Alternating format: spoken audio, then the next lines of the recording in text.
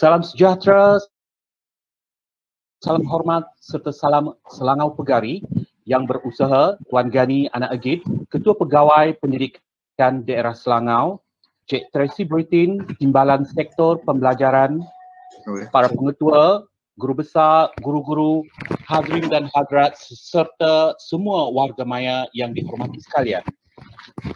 Majlis ilmu kita pada pagi ini mempersilakan yang berusaha Tuan Pegawai Pendidikan Daerah Selangau untuk menyampaikan ucapan alu-aluan dan amanat bersempena dengan Majlis Ilmu Perkongsian Amalan Terbaik pada pagi ini. Majlis dengan penuh takzim menjemput dan mempersilakan. Silakan Tuan. Baik, terima kasih Cikgu Noel. Dan salam mesra, selamat pagi.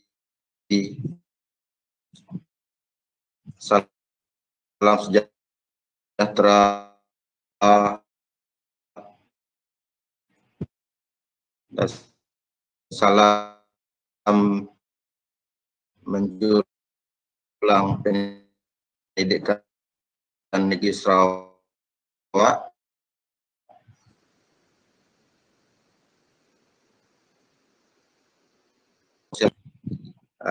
Ucapan ini dengan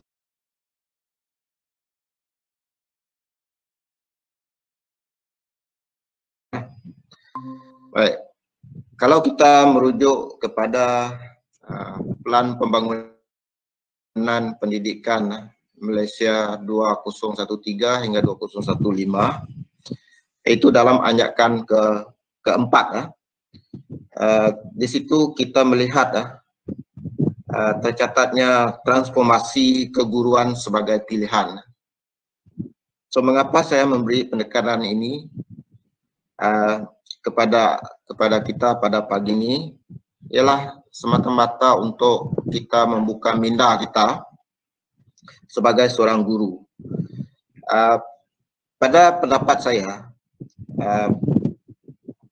guru sebagai pekerjaan, guru ni sebagai suatu pilihan pertama, iaitu kalau kita guru menganggap pekerjaan kita sebagai satu kerjaya, yaitu kerjaya itu merupakan pilihan pertama kita. Maka saya dapati guru-guru semada dia baru ataupun yang lama memang akan memberi tumpuan yang utama di dalam kerjaya masing-masing sebagai seorang guru. Dan kita pun melihat di dalam gelombang yang ketiga, pada permulaan gelombang ketiga ini, semua sekolah dan guru serta PGB ataupun pengetua dan guru besar perlu menunjukkan prestasi melebihi standard minimum. Oleh itu, Kementerian Pendidikan Malaysia akan memberi tumpuan kepada meningkatkan keluasan operasi untuk memupuk budaya kepimpinan rakan setugas bagi pembangunan profesional kita sebagai guru. Baik, kita di PPD ataupun PPD Selangau telah mempunyai aset kecemerlangan intelek dan juga memiliki beberapa orang guru yang dianggap positif dan terbaik dalam bidang kajian dan inovasi. Antara mereka ialah Cikgu Muhammad Nur Firdaus dari SK Tunggul Imban, Cikgu Muhammad Sahih Muhammad Elias Ismail dari SK Sungai Buloh, Cikgu Diana Ipan SMK Ulu Balingan, Cikgu Tesi Rijem SK Sungai Buloh, dan Cikgu Karunisa binti Arba'i dari SK Batu 36. Dan saya percaya bukan hanya mereka yang saya sebut tadi, telah menunjuk di dalam bidang kajian tindakan dan inovasi. Jadi saya sebagai Ketua Pegawai Pendidikan Daerah Selangau mengucapkan sabas dan tahniah kepada semua mereka dan juga kepada Cikgu Noel selaku penjelaras kajian tindakan dan inovasi di Pejabat Pendidikan Daerah Selangau pada ketika ini. Selain daripada Cikgu Noel, kita juga mengucapkan sabas dan tahniah kepada 3 lagi SIC Plus kita yang turut memberi komitmen yang tinggi ya dalam menjayakan kajian inovasi, kajian tindakan dan inovasi, dan juga perkongsian amalan terbaik dapat direalisasikan. So, sebagai Ketua Pegawai Pendidikan Daerah Selangau yang menerajui institusi pendidikan di Selangau, saya telah memberi penekanan berkenaan dengan kajian tindakan dan inovasi serta memupuk budaya perkongsian amalan terbaik. Kajian tindakan dan inovasi ini merupakan salah satu perkara yang sangat penting yang kami telah masukkan di dalam perencanaan strategi organisasi Pejabat Pendidikan Daerah Selangau sejak saya menerajui Pejabat Pendidikan Daerah Selangau, iaitu bermula daripada tahun 2020. Dan saya percaya perkara ini dapat direalisasikan oleh kita semua di daerah Selangau dengan memberi kerjasama, komitmen, kemahuan, dan ingin berjaya. So, inilah kata kunci yang perlu kita pegang, karena kita perlu mempertabatkan kerjaya sebagai seorang guru di kalangan masyarakat. Baik, sidang hadirin dan warga maya sekalian, mungkin ada yang bertanya semada secara langsung atau tak secara langsung kepada saya, adakah kreativiti dan inovasi penting dalam keadaan pandemik sekarang? So, saya memberi jawapan, iaitu merupakan suatu yang penting bagi kita, kerja buat penting untuk kita memperbaiki, dan harus ada bukan sahaja sewaktu pandemik, tetapi setiap masa dan setiap saat yang kita menjalankan tugas kita sebagai seorang guru. Kreativiti dan inovasi seharusnya boleh diterapkan secara tidak langsung melalui aktiviti pengajaran dan pembelajaran yang dilakukan secara terancang, terutamanya dalam keadaan pandemik sekarang. Dengan kata lain, elemen kreativiti, inovasi boleh diserap oleh guru melalui pendekatan pengajaran yang berpusat kepada murid ataupun student centered. Pengajaran berpusat pada murid maksudnya pengajaran dan pembelajaran yang dilakukan secara dua hala, yaitu guru mengajar, murid belajar. Guru dikenaki sentiasa mencabar keupayaan muridnya supaya peranan kita sebagai seorang guru dapat membuka kerangka pemikiran anak-anak murid kita akan terus berkembang. Dan saya percaya kerangka pemikiran bukan saja murid saja berlaku dalam kalangan murid, tetapi saya percaya kerangka pemikiran seorang guru itu pun akan terus berkembang. Dengan menggunakan pelbagai teknik mengajar, alat bantu pengajaran yang menarik yang dapat menarik minat murid kita semasa PDPC sedang berlangsung. Jadi di sini guru sangat memainkan peranan penting dalam kreativiti pengajaran dan pembelajaran dalam bilik belajar. Mempelbagaikan aktiviti pembelajaran seperti kuis, forum, sarahan, main peranan, membuat projek ataupun kerja kumpulan, ataupun mungkin kerja-kerja tugasan murid di luar bilik belajar. Saya rasa memang ini sangat digalakkan. Aktiviti seperti yang saya sebutkan tadi merupakan salah satu aktiviti yang dapat menggalakkan murid berfikir, berbincang, serta membuat rujukan, menyediakan nota dan menghasilkan tugas tersebut. Ini akan menggalakkan pencamahan idea dan dapatan baru yang melibatkan unsur kreativiti ini, kreativiti dan inovasi dalam kalangan murid akan bertambah. Sesungguhnya guru yang kreatif dan inovatif akan menjadikan seorang guru yang sentiasa berfikir, ingin bercita-cita besar, berani dan yakin kepada diri sendiri. Inilah ciri-ciri murid yang perlu kita lahirkan untuk menjadi warga negara bagi menghadapi cabaran masa depan, terutamanya kita di dalam era revolusi industri 4.0.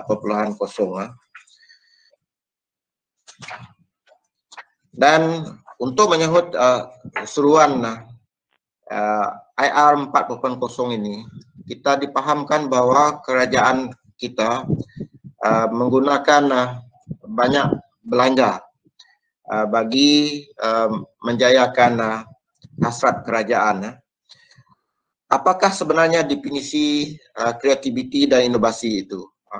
So kalau kita nak melihat secara mendalam, kreativiti ialah suatu bentuk proses pemikiran yang mendorong merealisasikan idea baru yang melibatkan kombinasi antara idea baru dan idea lama yang diproses semula, membuat pemilihan dan menukar ganti menjadi suatu yang baru. Sementara itu, inovasi pula merupakan suatu idea, amalan ataupun objek yang dianggap baru dan lebih baik. Inovasi dihasilkan oleh manusia kreatif yang dapat membina tren baru dan menggunakan peluang maksimum walaupun dalam ekosistem yang banyak persaingan. Sebagai contoh, jika kita dulu melihat telefon bimbit hanya sebagai alat perhubungan, tetapi kini melalui inovasi ia boleh digunakan sebagai alat hiburan, internet, kamera, malah boleh digunakan untuk menyampaikan maklumat, memberi panduan arah perjalanan dan membuat pelbagai pengiraan. Guru memainkan peranan penting bagi menerapkan kedua-dua elemen dalam pengajaran mereka. Sebagai penyampai ilmu, guru perlulah memiliki kemahiran yang tinggi bagi melakukan transformasi dalam menjana minda murid serta menjadikan ianya lebih dinamik. Saya percaya dalam hal ini kita di guru-guru kita di Selangau bukan terhad kepada sebilangan kecil sahaja. Jika kita memang menganggap kerjaya kita guru ini sebagai kerjaya, saya percaya selepas ini kita akan mendapat ataupun dapat penyertaan yang lebih banyak di dalam kajian tindakan dan inovasi yang kita anjurkan pada setiap tahun. Dan saya menyeru agar semua guru di Selangau seharusnya mencontohi rakan-rakan kita yang telah berjaya di dalam kajian dan inovasi. Seperti mana yang kita lakukan tahun lepas, kita telah berjaya menghasilkan sebuah buku kajian tindakan, dan ia telah menjadi aset intelek kita di PPD Selangau. Saya menyeru agar semua rakan-rakan guru terus berjuang, memperjuangkan kerjaya sebagai seorang guru. Angkatlah martabat kita sebagai seorang guru agar kita dipandang tinggi oleh masyarakat di luar sana. Baik, mempunyai kemahiran sedemikian akan menjadi guru berada di tahap teratas. Ini sangat penting penyataannya. Guru berada di tahap teratas dan akan disanjung oleh muridnya. Kualiti guru sedemikian akan membolehkan muridnya menguasai berbagai kemahiran lain seperti berfikir aras tinggi, penyelesaian masalah, berkomunikasi, berkolaborasi dengan baik. Terus, warga maya sekalian, peranan pengurusan sekolah tidak kurang pentingnya dalam merealisasikan elemen kreativiti dan inovasi dalam kalangan warganya. Dengan perkataan lain, pengurus sekolah juga mesti kreatif dan inovatif agar menjadi organisasi pembelajaran yang bermaklumat, menggalakkan perkembangan pengetahuan baru, berbudaya saintifik, penggunaan teknologi serta ICT secara meluas, dan penggunaan tenaga sumber secara maksimum. Pengetua dan guru besar bersama pengurusan tertinggi di sekolah bertanggungjawab bagi mencetuskan budaya, kreativiti dan inovasi sama ada dalam kalangan guru atau murid. Sekolah mestilah menjadi institusi menggalakkan tercetusnya pendapat dan idea baru. Bagi mewujudkan suasana tersebut, sekolah perlu mengurangkan kerana birokrasi dalam pengurusan dan memberi ruang kebebasan berkarya kepada warganya. Pihak pengurusan juga perlu menjadikan ilmu supaya iklim sekolah yang sentiasa ceria, bersih, kemas dan bermaklumat. Sikap terbuka, mesra dan berperanan sebagai penyelesaian masalah akan menjadikan guru dan murid merasa gembira dan selamat semasa mengikuti pembelajaran. Bagi mewujudkan suasana sedemikian, pengurusan sekolah perlu memastikan berlakunya sistem komunikasi dua hala, pengaliran maklumat lebih demokratik, style kepimpinan yang berhemah, dan pembangunan insan yang harmoni. Kepimpinan sekolah hendaklah terdiri daripada mereka yang berkebolehan menguruskan organisasi pembelajaran. Selain mendapat latihan, berpengalaman dan pengetahuan yang luas dalam bidang pendidikan, mereka perlu mempunyai dorongan dan memberi komitmen yang kuat serta membawa perubahan kepada sekolah. Perlu ada visi dan misi, strategi dan perancangan yang baik. Bagi memastikan kejayaan perancangan tersebut, mereka perlu mendapat sokongan dan kerjasama yang padu dari seluruh warga sekolah, termasuklah para ibu bapa. Mempunyai ciri budaya sekolah yang menggalakkan kreativiti dan inovasi akan mendorong semangat belajar yang tinggi dalam kalangan murid. Mempunyai idea usaha sendiri dan sentiasa berusaha mengembangkan potensi ke arah yang lebih baik. Dengan bimbingan dan sokongan SISC Plus serta guru-guru yang dedikasi, terlatih dan profesional. Usaha yang dilakukan oleh murid akan membuahkan kejayaan pada suatu hari nanti. Keberkesanan sekolah akan terselah jika mereka dapat menggunakan teknologi dan ICT dalam tempoh yang sukar ini. Sebenarnya teknologi tidak dilihat sebagai alat semata-mata, tetapi menjadikan sistem pengurusan lebih efisien dan berkesan. Penggunaan ICT secara meluas dapat membina imej dalam pengurusan organisasi yang berprestasi tinggi. Ia akan menjadikan sekolah lebih berdaya saing dan menjadi lebih produktif. Seperti yang ditegaskan oleh Perdana Menteri Tan Sri Muhyiddin Yassin dalam Majlis Perhimpunan Khas Guru Malaysia pada 3 November yang lepas, bahawa guru perlu meneliti semula amalan bilik darjah yang sesuai dengan ciri serta situasi murid sekarang. Kreativiti dan inovasi amat dituntut untuk melahirkan generasi murid berfikiran kelas pertama dalam abad ke-21. Ini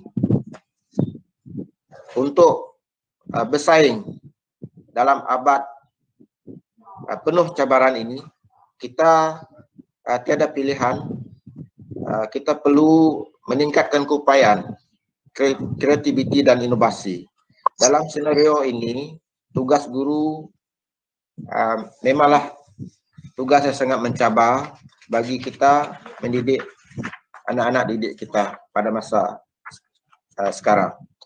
Menyedari kepentingan ini, maka sektor pembelajaran Pejabat Pendidikan Daerah Selangor dan SIC Plus Sains Sosial telah berinisiatif menganjurkan perkongsian amalan terbaik, iaitu selari dengan perancangan strategi organisasi Pejabat Pendidikan Daerah Selangor, agar melalui kajian dan amalan yang dilakukan dapat menjadi suri toladan atau pedoman para guru di daerah Selangor, di Sarawak dan amnya di seluruh Malaysia. Dan Selangor khususnya dalam tempoh pandemik seperti sekarang ini telah berusaha mengangkat diri supaya perkembangan profesional dalam kalangan guru yang menjalankan inovasi yang kita anjurkan dapat berkembang terus demi kejayaan diri anda sendiri. Semoga melalui sesi perkongsian ini akan membuka lembaran kejayaan buat semua guru. Maka dengan kesempatan ini, saya sebagai Ketua Pegawai Pendidikan Daerah Selangor juga mengambil kesempatan mengucapkan selamat Hari Guru kepada anda semua. Dan kita tahu guru merupakan segala-galanya bagi anak-anak didik kita pada waktu ini. Dengan itu, saya sekali lagi mengucapkan sabar dan tahniah kepada semua. Jangan putus asa kepada guru-guru yang belum dapat menyertai kajian inovasi dan tindakan ini. Kajian tindakan dan inovasi ini bolehlah berusaha belajar daripada rakan-rakan kita yang sudah biasa dengan kajian tindakan dan inovasi. Saya percaya anda boleh melakukannya. Sekian, terima kasih. Selamat maju jaya kepada semua. Demikian tadi ucapan alu-aluan dan amanat yang telah pun disampaikan oleh Tuan PPD Daerah Selangor, Tuan Gani Anak Agit, dan semoga amanat yang telah pun beliau sampaikan sebenarnya tadi akan tertanam kukuh di sanubari jiwa kita sebagai pendidik. Jadi baiklah tuan-tuan warga maya yang dihormati sekalian, tibalah masa yang kita tunggu-tunggukan, iaitu perkongsian amalan terbaik daripada 5 orang pembentang kertas kerja kita pada pagi ini.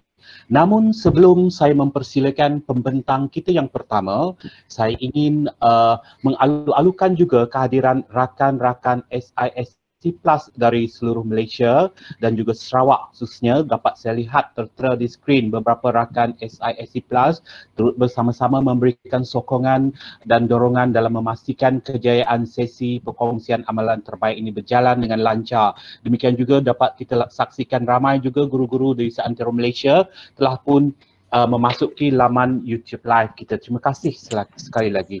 Baiklah hadirin yang dihormati sekalian, saya sajikan dengan 2 rangkap pantun sebagai permulaan mukadimah sesi PAT kita pada pagi ini. Sumbu pelita terang benderang masih dipasang tepi halaman.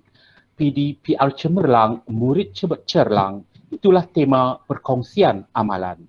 Indah purnama dari rembulan, cantik berseri di waktu malam. Izinkan saya bermadah aluan, penuh takzim mengucap salam. Hadirin warga maya yang dihormati sekalian, kita terus kepada sesi pembentangan kita yang pertama pada pagi ini, iaitu kita berkenalan dahulu dengan pemilik ataupun pembentang yang pertama ini. Nama diberi Cikgu Muhammad Nur Firdaus bin Narawi dan sekarang ini sedang mengajar di Sekolah Kebangsaan Penggulu Imban Selangau. Melihat kepada tahap pendidikan beliau, beliau pemilik ijazah sarjana muda perguruan pengkhususan sains sekolah rendah dari IPG Kampus Tun Abdul Razak dalam tahun 2014 dan telah memperoleh ijazah sarjana pendidikan sains dari Universiti Kebangsaan Malaysia dalam tahun 2017.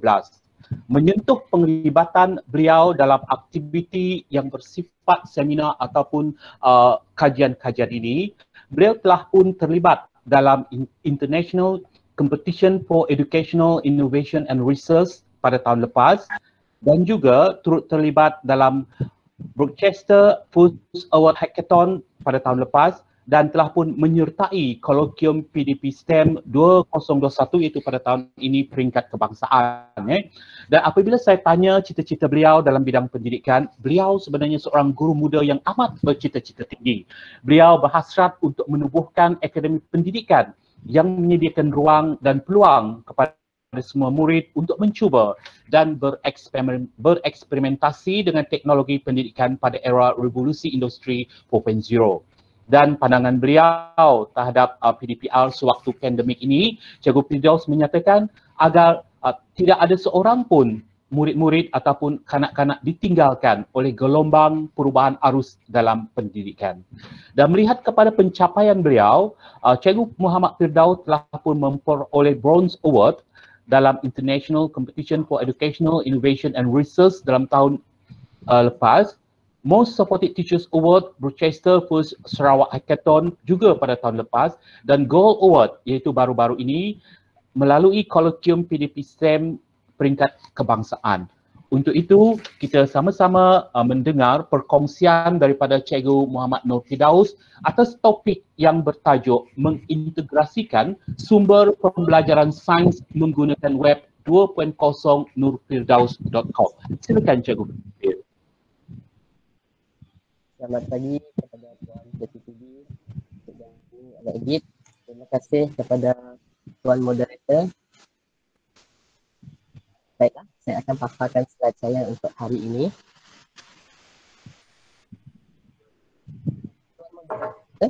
Okey. Okey, tuan-tuan dan puan-puan boleh lihat. Cikgu Tesi boleh nampak slide saya, Cikgu Tesi?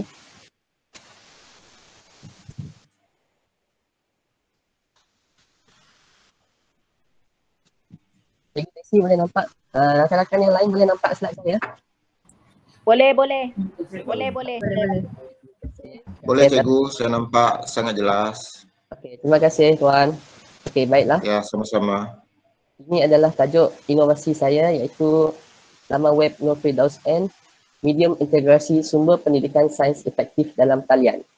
Saya Cikgu Muhammad Nur Firdaus bin Narawi daripada SK Penggulu Imban, PPD Selangau. Salam perkenalan. Ini adalah biodata ringkas saya.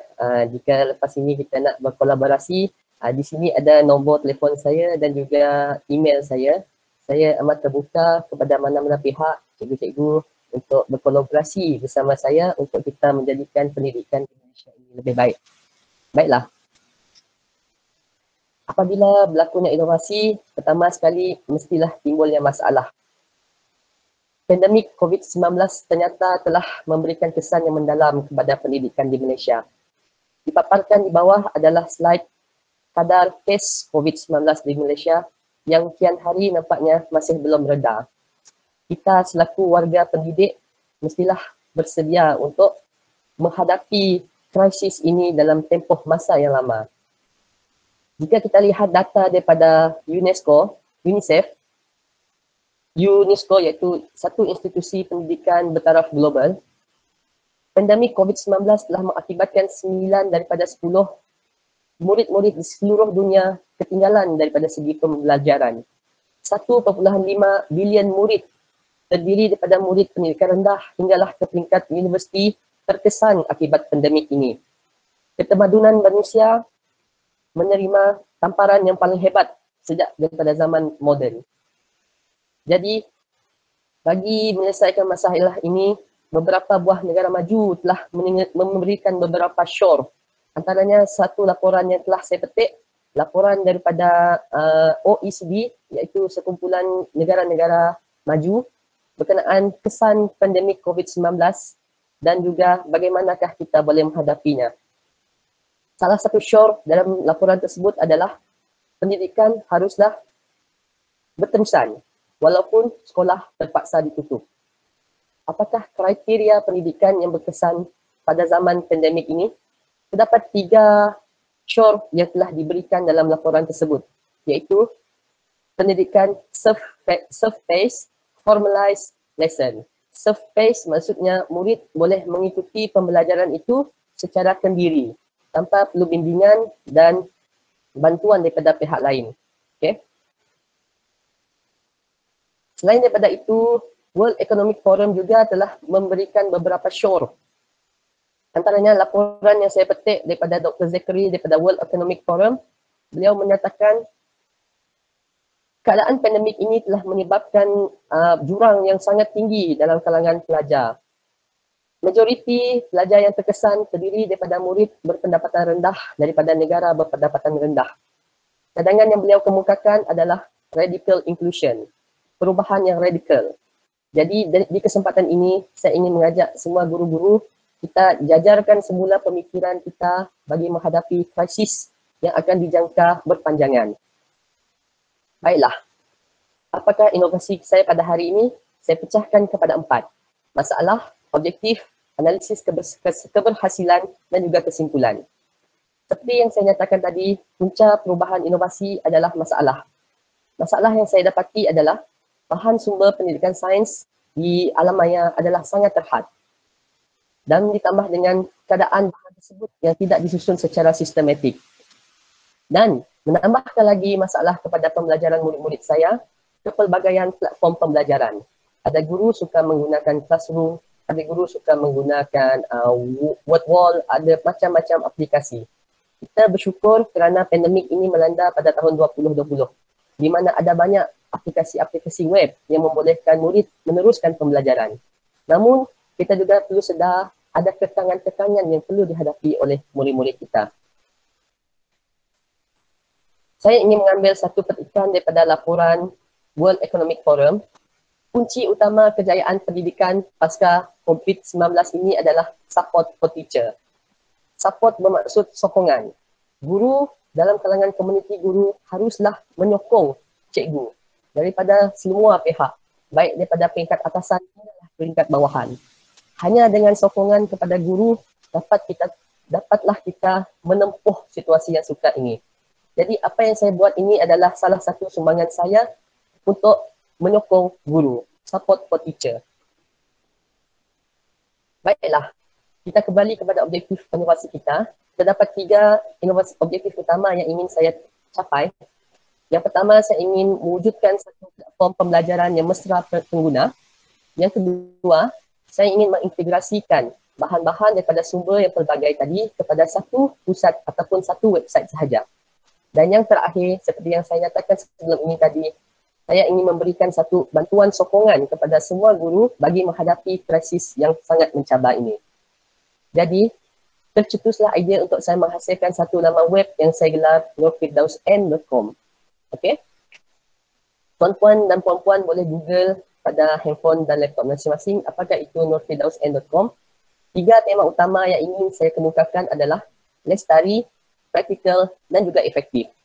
Inovasi yang lestari bermaksud inovasi itu adalah sesuatu yang mudah, bukannya sesuatu yang sukar. Apabila kita menghasilkan satu inovasi, kita mesti fikirkan satu perubahan yang mudah, jangan terlalu sukar. Inovasi kita juga mestilah praktikal, boleh digunakan oleh sesiapa sahaja, di mana-mana sahaja, bila-bila masa sahaja. Dan yang paling penting, inovasi kita mestilah menghasilkan kesan yang efektif. Jadi inilah inovasi saya, satu laman web akses tunggal untuk pembelajaran sains pada pasca COVID-19.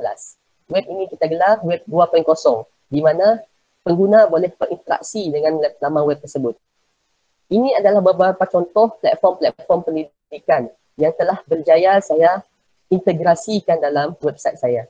YouTube, murid melihat soalan, murid menonton video PDPC cikgu daripada YouTube, menjawab soalan daripada Google Form, bermain bersama rakan menggunakan aplikasi Quizzes dan menjawab soalan bentuk subjektif dengan menggunakan aplikasi Live Worksheet.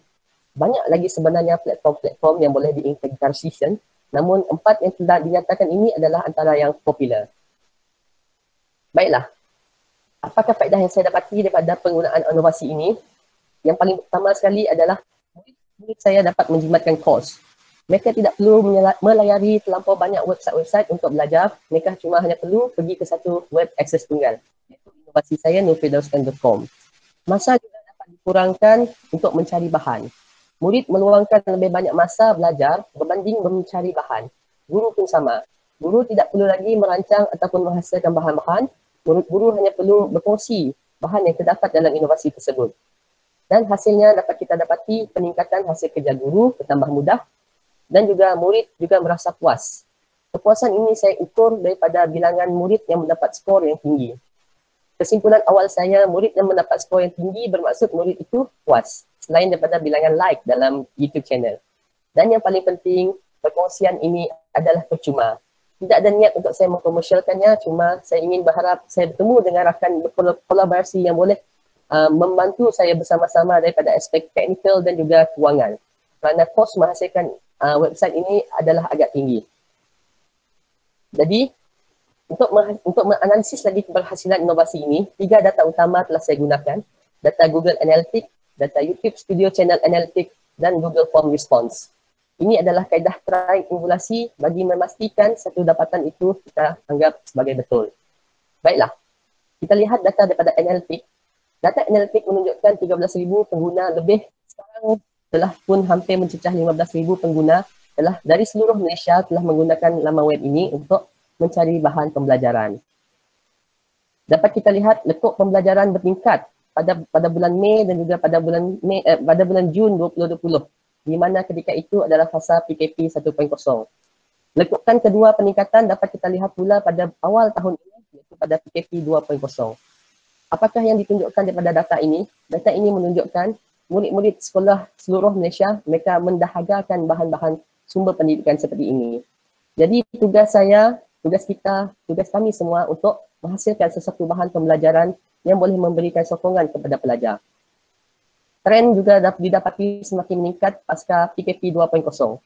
Kita sekarang berhadapan dengan gelombang ketiga. Maka saya jangkakan sekali lagi trend peningkatan ini akan meningkat.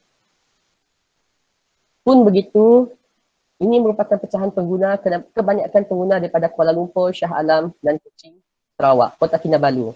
Secara umumnya, dapatan data ini menunjukkan pengguna daripada bahagian bandar dapat mengakses bahan yang telah saya hasilkan ini. Jadi ini merupakan satu cabaran kepada saya dan juga cabaran kepada kita semua bagaimana kita nak menyebarkan sumber pendidikan dalam bentuk teknologi maklumat kepada murid-murid di luar bandar. Itu merupakan cabaran kita. Baiklah, untuk instrumen yang ketiga penilaian, saya menggunakan Google Form Response. Saya dapati Antara salah satu form yang telah saya letakkan dalam website tersebut telah menerima sebanyak 1,000 lebih respons. Dan Alhamdulillah, rata-rata murid dalam menjawab form tersebut telah mendapat skor yang tinggi. Kesimpulan awal saya adalah bahan-bahan yang diberikan dalam laman web tersebut membantu murid tersebut mendapat skor yang tinggi. Baiklah, kita bercakap mengenai kos. Dalam proses saya, untuk pengetahuan semua, saya sebenarnya bukanlah seorang yang menerima pendidikan formal dalam bidang coding untuk menghasilkan website. Saya tidak mempunyai apa-apa sijil ataupun pendedahan mengenai ilmu coding. Ini merupakan situasi zaman sekarang. Self-learning adalah fokus utama kita sekarang. Self-learning, pendidikan kendiri.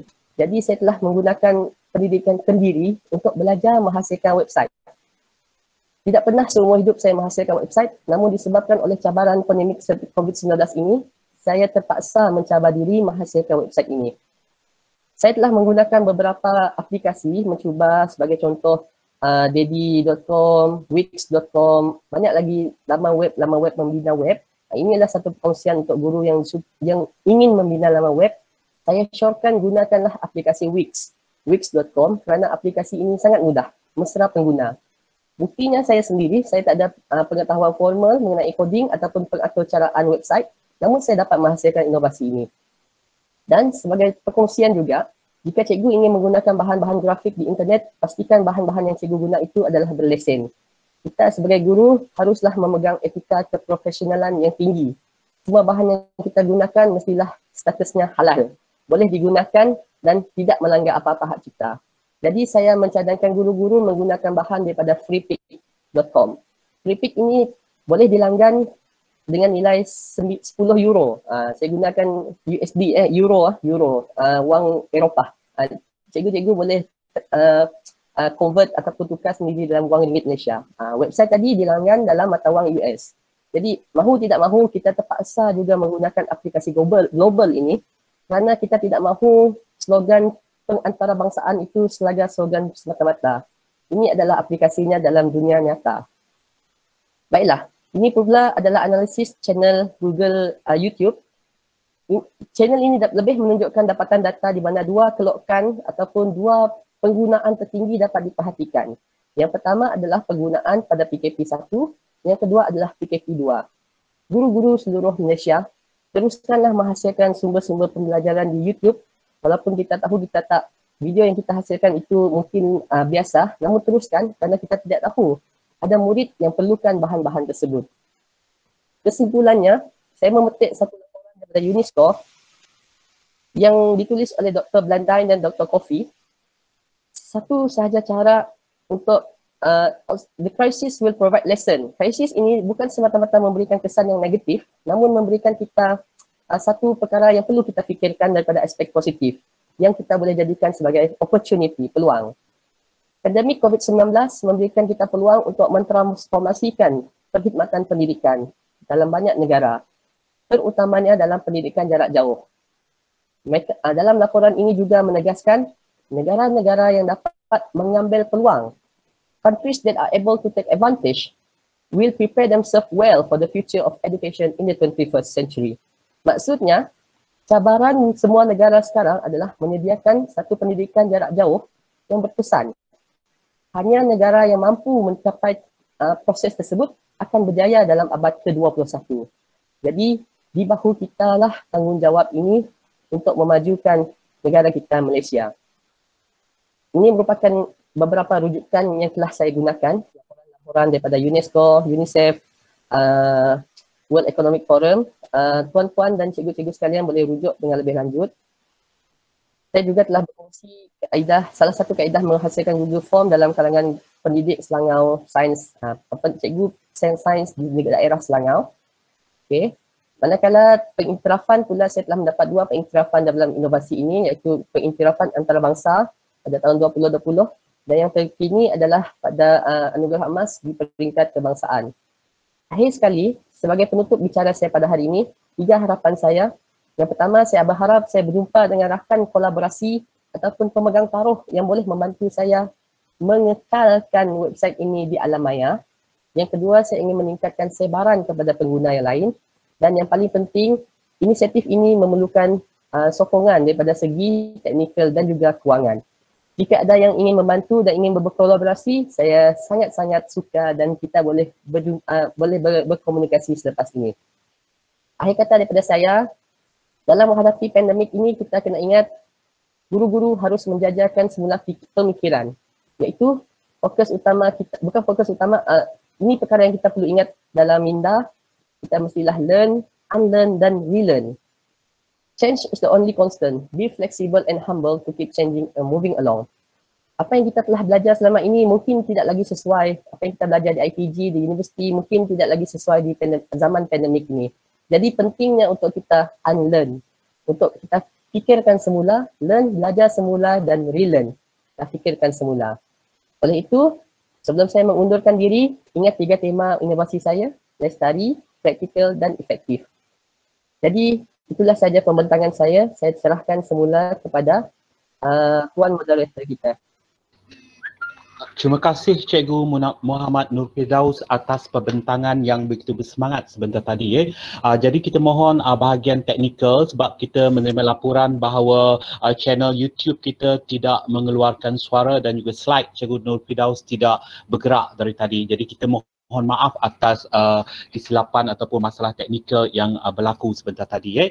Jadi baiklah tuan-tuan warga maya yang dihormati sekalian, sebelum kita menjemput pembentang kita yang kedua, kita buka ruang soal jawab selama lebih kurang 5 minit. Sekiranya ada dalam kalangan warga maya kita pada pagi ini ingin mengajukan soalan khusus berkenaan dengan topik kita yang pertama pada kali ini, iaitu laman web nurfirdaus.com. Silakan.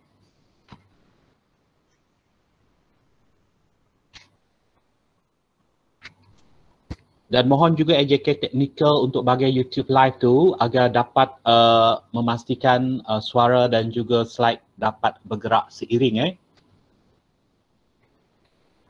Sekiranya ada sebarang pertanyaan, bolehlah klik angkat tangan ataupun terus ajukan soalan kepada pembentang kita yang pertama kalau ada.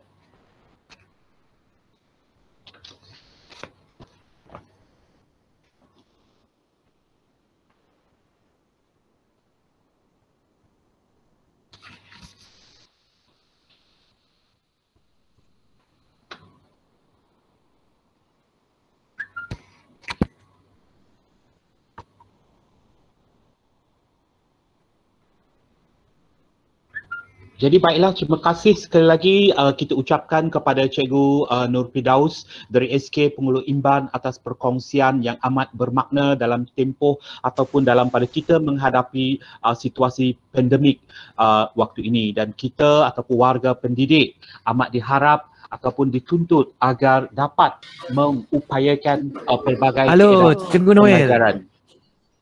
Ya, ada soalan? Ya, dapat dengar? Ya, dapat. Silakan, teruskan Cikgu Zul. Ni rakan kita dari PPD Daro. Ya saya. Okey, terlebih dulu saya ingin merakamkan syabas dan tahniah lah kepada siapa nama cikgu tadi? Muhammad apa namanya? Muhammad Nur Firdaus. Ya. Okey.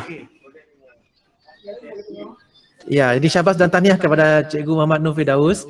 Jadi itu satu usaha yang baik dan saya daripada PPD Daro lah, SIC plus PPD Daro ingin merakamkan syabas dan tahniah lah. Kerana atas usaha cikgu memang saya nampak lah. Saya sendiri pun dah tengok dah website tu, syabas dan tahniah cikgu. Jadi yang ini memang fokusnya untuk subjek matematik dan juga sains ya cikgu. Buat masa sekarang fokus belum berapa bersedia lah, sains.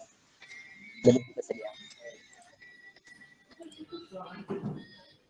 Okey. Jadi mungkin ini tak tahulah. Saya nampak cikgu buat ni memang cantik dah tersusun dah apa semua, mungkin sebagai penambahbaikan lah. Mungkin sebagai penambahbaikan. Mungkin lain di Selangor sana hilang datang, mungkin soal itu juga putus-putus bunyi dia kan. Okey.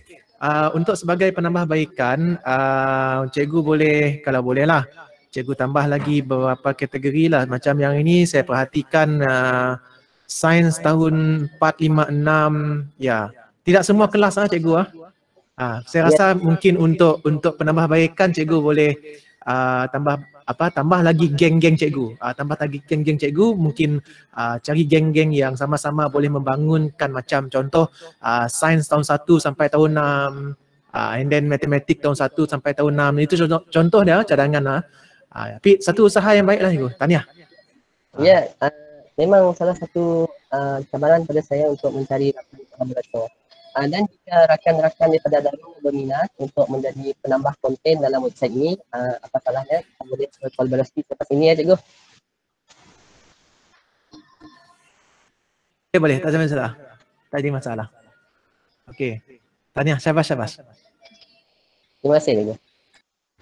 Terima kasih rakan setugas dari PPD Daro, Cikgu Zulkifli, dan tahniah juga kepada Cikgu Nur Firdaus yang begitu bersemangat, seorang guru muda yang begitu kreatif dan inovatif dalam menyahut cabaran pandemik COVID-19 ini. Beliau telah berusaha membangunkan laman web sendiri, dan kalau guru-guru kita berhasrat untuk melihat apa yang telah pun beliau lakukan, berkunjunglah ke laman web tersebut. Dan untuk makluman juga, saya telah pun bekerjasama dengan beliau sebenarnya. Saya juga telah pun memasukkan inovasi scoreboard saya dan menumpang pada laman web Cikgu Nur Firdaus, suatu inovasi yang cukup mantap yang dihasilkan oleh seorang guru muda kita di daerah Selangau, untuk makluman hadirin sekalian. Jadi baiklah tuan-tuan, hadirin dan warga maya yang dihormati sekalian, kita beralih kepada pembentang kita yang kedua. Nama diberi Cikgu Muhammad Syahril bin Muhammad alias Ismail dan berasal dari negeri Kelantan. Dan beliau telah pun mengajar di SK Sungai Arau dari tahun 2015 hingga 2018 dan seterusnya berpindah ke SK Sungai Buloh Selangau dari tahun 2019 hingga sekarang, dan mendapat pendidikan seni visual, dan sekarang ini masih lagi menyambung pengajian peringkat masters di Open University of Malaysia. Melihat kepada penyertaan beliau dalam pelbagai pertandingan inovasi, beliau telah pun terlibat dalam inovasi Innov peringkat kebangsaan anjuran IPG Ipoh Perak dan telah pun terlibat dalam 5th International Conference on Teachers Learning and Development 2021, iaitu sebagai pembentang anjuran IPG Kampus Temenggung Ibrahim, dan telah pun turut terlibat dalam Chaping Valley National Education Colloquium pada tahun ini, iaitu terlibat sebagai pembentang untuk kategori poster, iaitu anjuran Jabatan Pendidikan Negeri Perlis, dan turut tersenarai sebagai shortlist video dari CMO Pre-Congress Lecture Series pada tahun ini juga atas topik Success Story Transformation and Innovation in Post-COVID-19 Pandemic.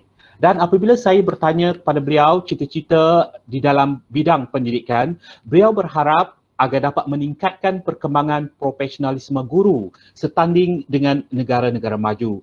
Dan pandangan beliau dalam keadaan pandemik sekarang ini, Cikgu Muhammad Syahril beranggapan bahawa guru perlu lebih kreatif dalam mencari medium yang sesuai untuk pengajaran, dan pengajaran akan menjadi lebih interaktif sekiranya guru dapat melaksanakan PDP secara dalam talian. Dan pada pagi ini kita amat bertuah kerana bersama-sama dengan rakan sejawat beliau iaitu Cikgu Tesi Anak Rejim yang juga seorang guru muda kita yang cukup prolific.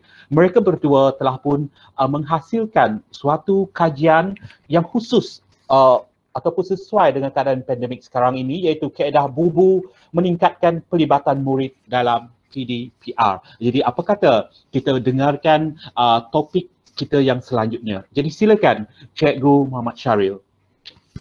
Okay, terima kasih Cikgu Noel.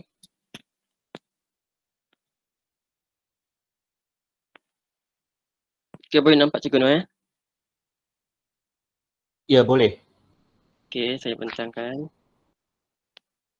Okay, selamat pagi cikgu-cikgu yang saya hormati.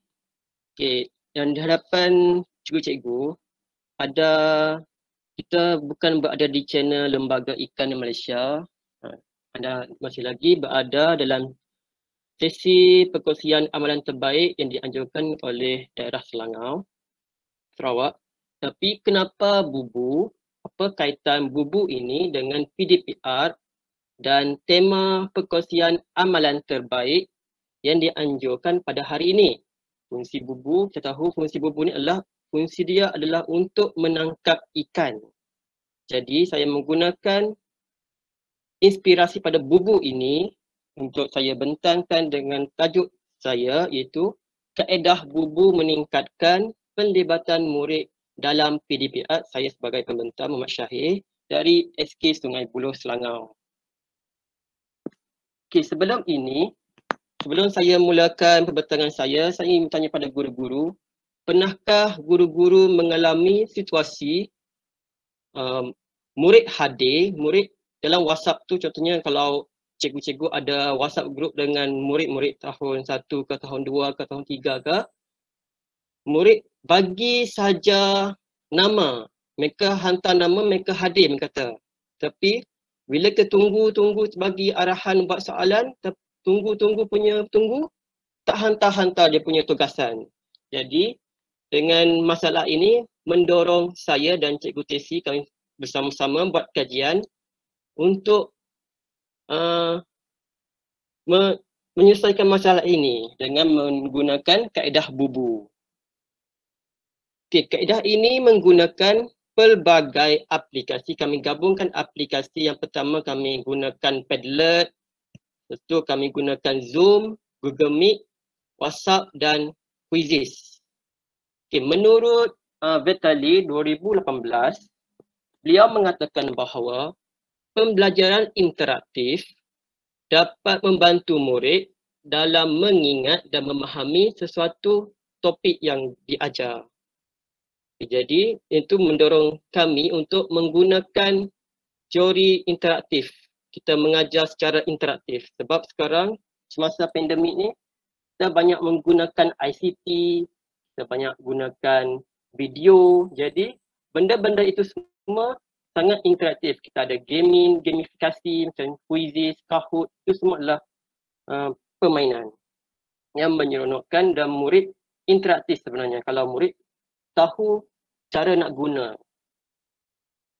Okey, semasa PDPR ni kita boleh lihat 89 orang daripada murid ni yang ada dalam WhatsApp group, maksudnya mereka ada respon dalam WhatsApp group itu. Tetapi hanya 2 orang murid sahaja mereka ada dalam WhatsApp group tu tapi mereka tidak aktif semasa PDPR itu. Mereka tidak berikan nama mereka hadir, mereka tidak hantar kerja mereka langsung tidak aktif. Lepas tu 79 daripada murid daripada WhatsApp group itu, mereka setiap hari mereka akan tulis kehadiran mereka. Biasanya murid akan tulis kehadiran mereka dalam 10 hingga 8 orang daripada 16 orang. Okay. Yang saya pilih adalah kelas tahun 3. Kenapa saya pilih tahun 3? Sebab saya dan Cikgu Tesi itu kami sama-sama mengajar kelas tahun 3 yang terdiri daripada kebanyakan kaum adalah kaum Iban. Jadi mereka banyak bercakap dalam bahasa Iban. Jadi mungkin kalau saya bagi arahan dalam bahasa Melayu, kadang-kadang mereka tak faham. Dia berlainan dengan kita mengajar dalam kelas. Kalau dalam kelas, kita mengajar, kita boleh tanya soalan secara terus. Jadi kita faham apa yang mereka bertanya. Contohnya biasa mereka tanya, mereka mesti bertanya dengan kenapa. Contohnya kalau sekolah dibuka. Kenapa datang sekolah, cikgu? Kenapa sekolah buka? Semua soalan tu bermula dengan kenapa. Tetapi kalau dalam kelas kita tahu mereka nak tanya sebenarnya bila buka sekolah, apa yang kita kena buat, bukannya kenapa kita kena buat. Jadi bila tulis dalam WhatsApp group itu, persepsi guru akan lain lah. Akan tak sampai. Mereka tak faham soalan yang diajukan oleh murid itu. Okay, kemudian 26% sahaja murid yang hantar tugasan itu. Biasanya 4 orang daripada 19 orang yang hantar tugasan mereka. Biasanya cikgu akan tunggu. Macam inilah masalah PDPR kita sekarang. Teacher every morning waiting for her student to arrive. Inilah kita setiap pagi bila kita mengajar, kita mengharapkan agar semua murid hadir dalam kelas kita. Tapi yang hadir hanya sebahagian, separuh daripada bilangan kelas itu. Okey, yang kedua kita tengok memes yang kedua, my teacher waiting for me to do my homework. Yang inilah perasaan, macam itulah guru menunggu punya tunggu tapi tak sampai-sampai tugasan mereka. Jadi ini akan menyukarkan kami sebagai guru untuk memberi tahap penguasaan mereka. Sebab kita masih lagi kita menjalankan PBD. PBD tu masih berjalan walaupun UPSR tu sudah dimasukkan tapi PBD tu masih berjalan. Setiap tahun berjalan benda itu. Jadi kita nak lihat kemajuan murid melalui tugasan mereka. Okay, jadi objektif dia hari ini meningkatkan pelibatan murid tahun 3 dalam kelas PDPR. Jadi saya nak tingkatkan pelibatan murid tu supaya murid tu lagi ramai yang hantar tugasan mereka dan lebih aktif semasa PDPR. Walaupun kita tahu PDPR ni susah, jarak jauh. Pembelajaran jarak jauh ni susah, kita nak bimbing murid tu pun susah. Sebab biasanya di rumah panjang, kita tidak ada di sana. Yang ada di sana biasanya ibu bapa. Ibu bapa yang bimbing mereka. Kadang-kadang ibu bapa yang jadi guru pada mereka. Macam saya pernah tanya pada ibu bapa, apa yang mereka buat di rumah. Contohnya saya bagi video, mereka akan pasang pada TV. Video yang saya hantar tu, mereka pasang TV, mereka tengok sama-sama. Satu panjang tu mereka tengok untuk kelas saya mengajar tu. Itu adalah satu inisiatif yang diadakan oleh ibu bapa lah. Baguslah ibu bapa macam tu. Dia prihatin tentang anak mereka untuk belajar tu. Okey. Tapi hari ni kaedah bubu. Okay, kenapa saya pilih bubu? Kenapa bukan jala ke? Kenapa bukan jaring ke?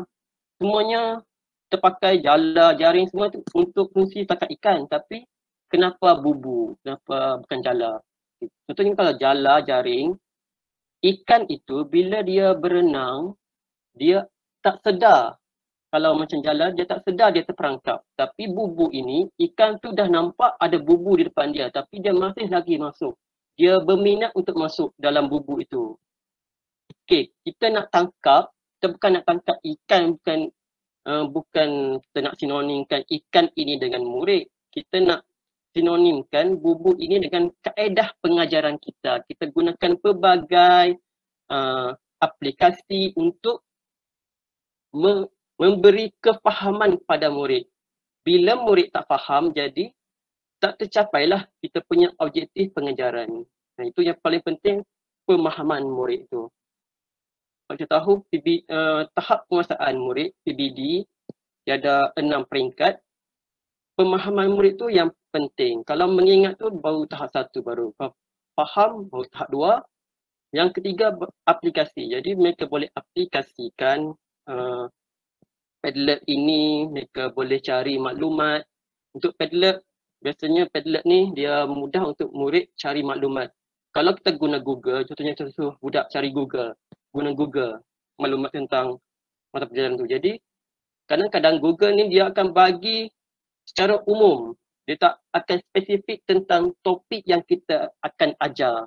Macam Zoom pula. Zoom ini kita boleh mengajar macam kita berada dalam kelas.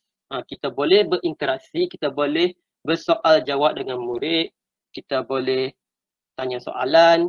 Lepas tu murid pun boleh tanya soalan dengan kita. Murid boleh bincang dengan rakan-rakan mereka macam dalam kelas. Walaupun berbeza tempat, guru berada di rumah dan murid pun berada di rumah mereka masing-masing. Okay, kemudian terlihat peringkat-peringkat yang saya gunakan. Peringkat ada 3 peringkat semuanya. Okey, peringkat yang pertama ni murid mengakses maklumat melalui aplikasi Padlet. Okey, ya ini biasanya sebelum pembelajaran itu berlangsung. Contohnya kita sudah sediakan jadual murid belajar kan. Setiap minggu tu murid belajar berapa jam punya jadual dia ikut PDP lah. Okey, malam sebelum tu saya akan masukkan maklumat tentang topik yang saya akan ajar dalam aplikasi Padlet itu dan saya akan hantar dalam WhatsApp group link aplikasi Padlet itu. Jadi murid boleh mengakses Padlet itu. Kenapa saya tak gunakan Google Classroom walaupun Google Classroom tu sama saja dengan Padlet ini, sebab Google Classroom murid saya kebanyakan dia susah untuk log in. Dia tak tahu cara nak log in, cara nak tukar email mereka, email delima mereka tu, mereka tak tahu nak pakai untuk log in Google Classroom. Tapi kalau guna aplikasi Padlet ni, murid bebas masuk menggunakan email ibu bapa mereka pun boleh, email mereka pun boleh, jadi bebas. Okey, lepas itu peringkat yang kedua, interaksi secara langsung melalui Zoom dan Google Meet. Okey, rakaman perbincangan dimuat naik dalam YouTube. Okey, ya ini saya akan tanya dulu pada murid tahun 3, siapa yang biasa guna Zoom? Saya akan tanya ibu bapa mereka lah, bukan murid memang tak biasa guna Zoom dan Google Meet ni. Masa PDPR ni baru mereka pakai Zoom dan Google Meet ni. Jadi saya tanya ibu bapa mereka, siapa yang sudah biasa dengan Zoom ataupun Google Meet. Banyakkan ibu bapa mereka mengatakan mereka sudah biasa gunakan Zoom. Sebab mereka bekerja dengan majikan mereka, bila mereka buat meeting dengan majikan mereka, mereka gunakan Zoom. Jadi kami gunakan Zoom untuk berinteraksi secara langsung dengan murid. Kami akan berikan waktu yang sesuai lah. Kami akan pilih waktu yang sesuai untuk murid mengadakan ni lah Google Meet ni. Biasanya semasa hujung minggu, hari Sabtu dan Ahad. Sebab kebanyakan ibu bapa pada hari bersekolah, mereka bekerja pada waktu pagi, jadi mereka tak boleh nak buka untuk anak-anak mereka Zoom dan Google Meet ni. Kemudian, murid yang tak dapat masuk ke dalam Zoom ini, mungkin mereka punya internet slow ke ataupun capaian internet mereka perlahan. Rakaman daripada Zoom itu saya akan uploadkan, akan muat naik ke dalam YouTube. Jadi murid boleh sentiasa buka, kalau dia tak faham tentang mata pelajaran itu, mereka boleh buka semula YouTube, mereka boleh lihat semula apa yang diajar oleh guru. Jadi itu mewujudkan pembelajaran secara mastery. Okey, yang seterusnya pada peringkat yang ketiga ini, pada masa PDPR ini berlangsung ikut jadual. Pada masa itu saya akan berikan link Padlet, kemudian berikan link YouTube. Pada waktu untuk mereka buat tugasan, saya akan bagi dalam bentuk quizzes. Kenapa saya pilih quizzes? Sebab quizzes ni kebanyakan di kawasan Sungai Buloh itu, kebanyakan murid boleh buka quizzes berbanding Kahoot. Walaupun mereka, benda itu lebih kurang sama. Sama juga dengan Google Form, saya sudah cuba, hanya beberapa orang saja yang boleh buka Google Form itu. Tapi quizzes ni kebanyakan mereka boleh buka. Janji mereka ada line 3G lah, sekurang-kurangnya minimum mereka mempunyai line 3G. Mereka boleh buka quizzes ini. Sebab quizzes ini tak perlukan mereka untuk sign in ke apa. Jadi mereka terus jawab dan jawapan mereka boleh mereka lihat terus berapa yang markah mereka. Mereka boleh ada persaingan di situ. Kita boleh lihat ada ranking nombor 1, ranking nombor 2. Jadi kita boleh bagi pada murid cuba berapa banyak kali mereka cuba. Jadi secara tak langsung jawapan tu mereka boleh ingat. Jawapan yang mereka salah tu mereka boleh ingat dan mereka tahu jawapan yang betul bila mereka buat pembetulan. Okey, selepas itu menggunakan quiz ini, quiz ini akan menyediakan laporan berapa orang murid sudah hantar, berapa orang murid betul. Dia akan sediakan semua peratus tentang penilaian murid itulah. Jadi lagi senang untuk guru. Walaupun benda ini nampak macam susah, sebenarnya senang saja kalau kita buat ikut masa lah. Contohnya kalau masa kita ada ruang masa, kita hasilkan dahulu slide untuk dibentangkan seperti Zoom ataupun Google Meet. Dan kemudian benda-benda YouTube ke quizzes ke kita boleh uploadkan semula ke dalam Padlet tu. Jadi murid boleh lihat semula Padlet tu untuk mereka cari maklumat yang penting lah tentang mata pelajaran yang mereka pelajari. Okay, ini adalah analisis yang kami telah buat. kita boleh lihat pada Januari, kita mula PDPR 1.0 pada bulan Januari hingga bulan Februari tu PDPR 2.0. Okay, minggu pertama, bilangan murid yang hantar hanya 5 orang saja daripada 15 orang. Kemudian minggu kedua, kita boleh lihat penurunan lagi sebanyak seorang. 4 orang sahaja yang hantar dan 13 yang hanya tulis kehadiran. Okay, kemudian bila kami mulakan intervensi ini, minggu ketiga hingga minggu keenam, kita boleh lihat ada peningkatan murid yang menghantar mereka punya tugasan melalui kuisis lah.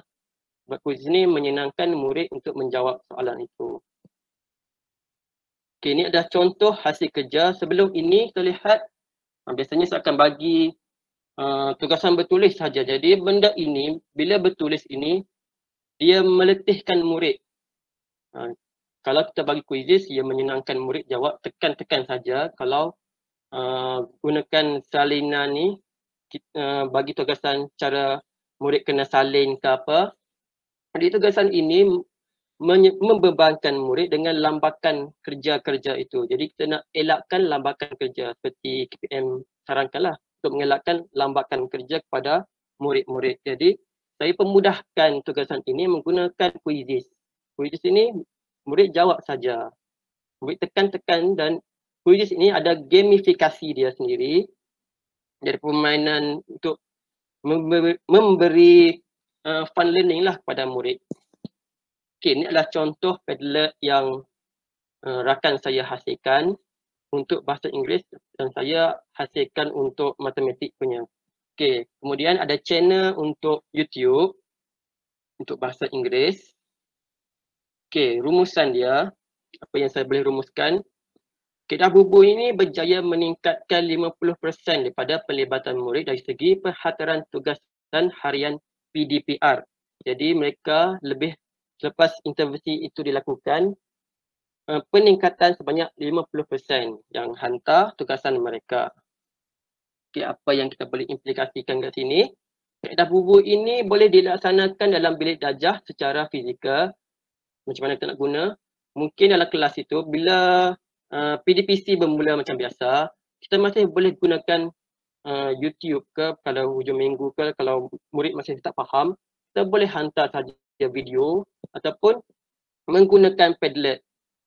Jadi murid boleh buat kerja rumah ataupun ulang kaji ke menggunakan Padlet. Mereka boleh ulang kaji pembelajaran yang telah dilaksanakan semasa PDPC dalam kelas.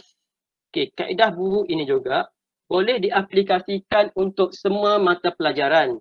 Tak semestinya BI, matematik, semua mata pelajaran boleh digunakan. Kaedah bubu tidak memerlukan apa-apa kos. Semua tak perlu kos. Dia hanya perlukan kemahiran untuk kita hasilkan Padlet, YouTube, Google Meet dan Zoom. Itu sahaja. Ini adalah percuma dan kuisis pun sama, dia adalah percuma dan menyeronokkan. Inilah rujukan saya. Okey.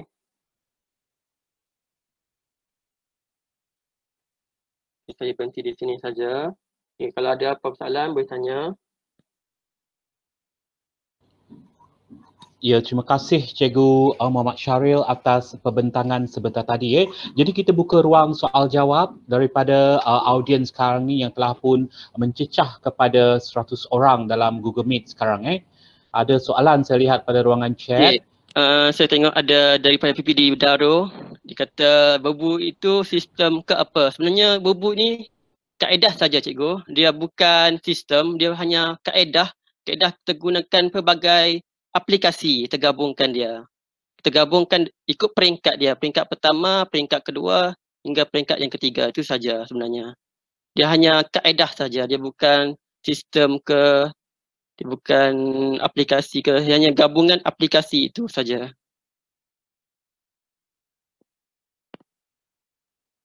Okay, kalau ada apa lagi boleh tanya soalan.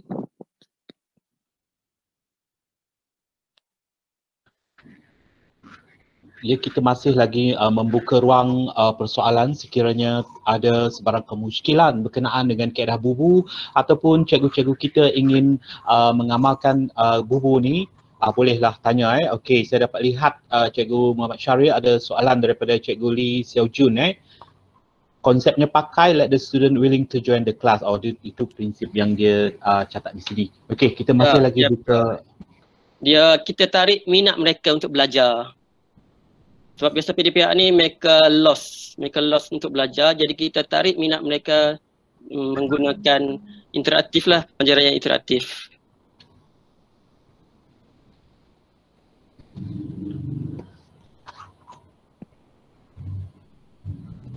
Okey, kita masih lagi buka ruang soal jawab. Sekiranya terdapat sebarang persoalan, bolehlah dikemukakan. Sementara kita masih lagi bersama-sama dengan Cikgu Muhammad Syahrir. Dapat kita lihat perkongsian daripada beliau amat menarik kerana dalam bubu tu mereka telah pun menggabungkan pelbagai aplikasi supaya murid-murid berasa seronok untuk belajar. Adanya quizzes, adanya Kahoot dan adanya Padlab. Jadi semua ini adalah aplikasi yang percuma dan boleh guru-guru kita amalkan dalam tempoh pandemik sekarang ini. Dan saya percaya murid-murid kita pun teruja apabila sesekali belajar menggunakan perkara yang interaktif seperti ini, mereka akan seronok untuk belajar. Yes, ada apa-apa persoalan lagi daripada PPD Darul? Ya ada Cikgu Noel. Okey, silakan. Ya, saya nak type tu panjang sangat, jadi saya buka mic lah. Okey, tak apa, silakan. Dia macam ni, apa yang cikgu buat tu syabas dan tahniah sebenarnya. Cikgu dah menggabung jalinkan beberapa benda, beberapa apps yang boleh kita guna untuk pantau apa budak kita tu, anak murid kita tu. Cumanya tadi bila dah terlalu banyak tu kan, cikgu, saya sendiri pun pernah jadi cikgu. Kita ni sebagai cikgu tak rasa benda tu macam terlalu banyak kan nak dibuat. Adakah ianya automatik ke tidak? Contohlah kalau benda tu budak ada respon, so dia respon dalam Padlet, so benda tu dia ada capture tu sampai ke, contohlah dalam dia akan keluar ke WhatsApp cikgu ke apakah kalau ada lah. Ini bila saya lihat dia banyak-banyak benda tu kan, banyak-banyak aplikasi yang digunakan, rasa macam banyak benda lah kena cek. Saya rasa Cikgu Sahir sendiri pun banyak kerja jugalah saya tengok. Jadi ini apa yang saya rasa lah. Okay. Saya akan cek pada quizzes lah, sebab quizzes tu yang menentukan tugasan mereka tu. Sebab Padlet tu untuk bantu mereka saja, untuk bantu mereka faham, dengan sama juga dengan Zoom, dengan YouTube tu lah, untuk bantu mereka faham. Kalau mereka tak dapat nak buka, saya akan terangkan melalui WhatsApp lah, sebab itulah yang medium yang biasa kami pakai lah. Kalau tak dapat quiz. Okey. Cikgu Tisi. Ya, saya memohon ruang untuk memberi jawapan sebab saya pun sebahagian daripada kaedah ini. Ini adalah memang yang expected, soalannya expected. Sebenarnya begini, dia tidak susah kerana bahan pengajaran yang digunakan ialah bahan pengajaran yang sama. Contohnya, hari ini kita belajar sains, topik dia tentang ikan. Ikan itu tadi di-upload dalam Padlet menjadi konsep flip classroom. Jadi murid yang dapat akses Padlet itu tadi, dia akan akses dahulu. Selepas itu murid kita akan gunakan bahan PDPC yang sama di dalam Google Classroom, di dalam Zoom dan juga di dalam ataupun di dalam Google Meet. Jadi dia menggunakan bahan yang sama. Jadi dia masih benda yang sama, tetapi mungkin grup murid yang berbeza, murid yang betul-betul ada internet pada ketika itu. Selepas itu tadi rakaman daripada perbincangan ini dimainkan semula, link dia diberikan kepada murid dalam grup WhatsApp. Masih satu bahan yang sama. Bila dimasukkan dalam quizzes pun dia adalah bahan yang sama. Jadi quizzes itu ialah end product di mana kita akan tengok murid telah menguasai ataupun tidak. Dia tidak sukar. Kita hanya mempelbagaikan kaedah, tetapi bahan yang kita gunakan adalah bahan yang sama. Terima kasih. Terima kasih Cikgu Tesi dan juga Cikgu Syahril. Saya dapat lihat di sini dari PPD Padawan, tahniah Cikgu Muhammad Syahril, sangat interaktif. Tapi jika murid tidak dapat ikut serta, bagaimana Cikgu menanganinya? Yang ada masalah lain dan sebagainya. Jadi mohon penjelasan daripada Cikgu berdua. Ni soalan dari PPD Padawan. Okey, terima kasih Cikgu daripada PPD Padawan. Okey, untuk murid-murid yang mengalami masalah seperti ini, biasanya kalau kami gunakan Padlet ini, bila murid itu pergi ke pekan, mereka boleh akses mereka punya maklumat ini. Walaupun mereka tak boleh nak lihat, tak boleh nak buka, saya akan bagi modul lah. Biasanya kalau dulu boleh macam tahun lepas masih lagi boleh bagi modul, tapi sekarang sebab di Selangor pun sudah ada COVID-19 ni, dah saya nak bagi modul itu. Itu saja daripada saya. Jadi di sini Cikgu Syahril dan juga Cikgu Tesi, maksudnya di sini murid-murid adalah bebas untuk akses kepada setiap app yang mereka miliki untuk mendapat bahan PDF itu, begitu Murid yang pilih cara nak belajar. Bukan kita berikan pelbagai kaedah, murid yang pilih cara belajar. Kita guna teori metakognitif lah, murid yang pilih cara belajar. Sebab kita tahu murid ni ada pelbagai cara pembelajaran dia. Jadi kita pelbagaikan kaedah lah. Okey, okey. Jadi daripada aplikasi-aplikasi yang telah pun digunakan tu, mana satu yang paling mendapat sambutan hangat daripada murid-murid di SK Sungai Buloh? Yang saya lihat itulah yang quizzes tu. Sebab saya tengok cikgu dari Sungai Buloh pun ada juga yang pakai quizzes ni. Selepas kami sarankan guna quizzes ni supaya lagi senang, mereka pun lihat adalah peningkatan penghantaran tugasan itu. Dapat kita lihat penggunaan quizzes ataupun Kahoot ni amat mudah, dan pada masa yang sama kita sebenarnya boleh melaksanakan PBD secara tidak langsung. Betul tak Cikgu? Ya, betul. Pentaksiran bilik darjah kita boleh gunakan dengan amat baik kalau kita ataupun cikgu-cikgu kita dapat mengaplikasikan penggunaan quizzes, kerana kita dapat tahu juga peratus kejayaan murid dalam menjawab soalan, dan kita juga dapat ekstrak soalan mana yang paling sukar, yang paling mudah untuk murid-murid kita jawab. Jadi sekali lagi tahniah dan terima kasih saya ucapkan kepada Cikgu Muhammad Syahril bin Muhammad Alai Ismail dan juga rakan setugasnya iaitu Cikgu Tesi atas pembentangan yang cukup menarik sebentar tadi. Bagaimana kita telah pun